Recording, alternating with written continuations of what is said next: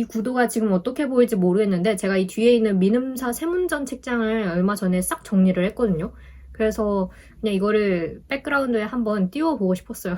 보셨다시피 저는 서울대 입구역에 있는 알라딘 중고서점에 다녀왔고요. 사고 싶었던 책들이 모두 거기에 있어서 갔는데 에디토리얼 싱킹은 밑줄이 너무 많이 쳐져 있어서 포기를 했고요. 밑줄 친 책도 최상등급으로 팔 수 있나 봐요. 그래도 이 두 권은 무사히 사왔습니다.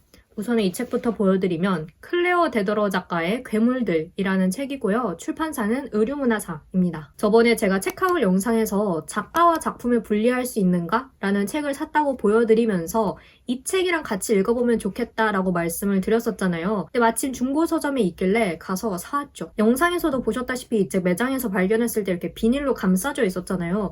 근데 그렇게 비닐로 감싼 책과 안 감싼 책의 차이는 뭘까 잠깐 궁금했습니다. 부록이나 그런 게 담겨있던 것도 아니었는데 비닐로 감싸져 있어서 잠깐 그런 궁금증이 일었었고, 아무튼 이 책은 어떤 책이냐면 지금 책 소개를 참고해서 말씀을 드릴 텐데, 이 에세이의 저자에게 괴물이라는 것은 특정 행동으로 인해 우리가 어떤 작품을 작품 자체로 이해하지 못하게 방해하는 사람이라고 합니다. 많은 사례들이 이제 머릿속을 스쳐 지나가고 있죠. 다양한 인물과 사례를 들어서 작품과 창작자, 그리고 그거를 소비하고 감상하는 대중들에 대한 어떤 이야기를 많이 하는 것 같아요. 이 책의 본문을 보면 페이지의 그 디자인이 꽤나 감각적입니다.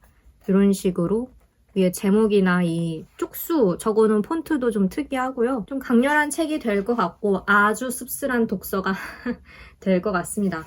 그래서 네, 이 책 오랫동안 사고 싶었는데 드디어 가서 사왔고요. 그리고 또 산 책은 바로 이 책입니다. 조영근 작가의 콰이강의 다리 위에 조선인이 있었네. 출판사는 한겨레 출판이고요. 역시 책 소개를 찍으면 앞에다 좀 띄워두고 있는데 저거를 참고해서 말씀드리자면 19세기 말부터 20세기 중반까지 식민 제국주의 시기를 배경으로 대륙을 넘어 상호작용하는 동시대 인물들에 대해 이야기하는 교양 역사서라고 합니다. 신분을 숨기고 일제 괴뢰 만주국의 스타가 된 인물이자 전후에는 위안부 문제 해결에 적극 개입한 일본의 평화운동가 리샹난, 서구 남성의 동양 여성 판타지에 일조한 할리우드 스타이자 나치에 맞선 독일인 마를레네 디트리, 아프리카 원주민의 사라져가는 삶을 사명을 다해 기록한 나치 연루자 레니 리펜슈탈, 익숙한 이름들도 보이고 또 낯선 이름들도 보이는데 하나의 타이틀과 하나의 신념으로 요약해 설명할 수 없는 아주 복잡하게 얽혀있고 때로는 좀 이중적이기까지 한 그런 역사 속의 인물들에 대해서 이야기하는 책인 것 같아요.